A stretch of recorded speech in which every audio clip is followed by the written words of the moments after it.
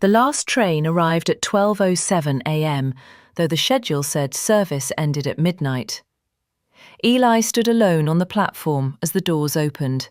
No conductor, no passengers, just a soft chime. He stepped inside and the doors shut immediately. The train lurched forward.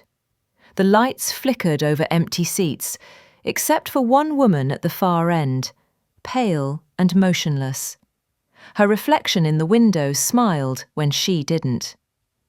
"Next stop?" Eli asked. She turned slowly. Her eyes were hollow.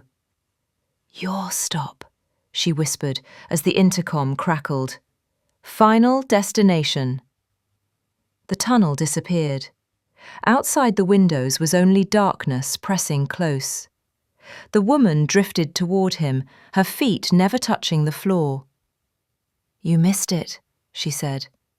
Midnight was the last safe train.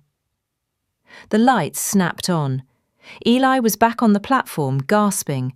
His phone buzzed. 12:07 a.m.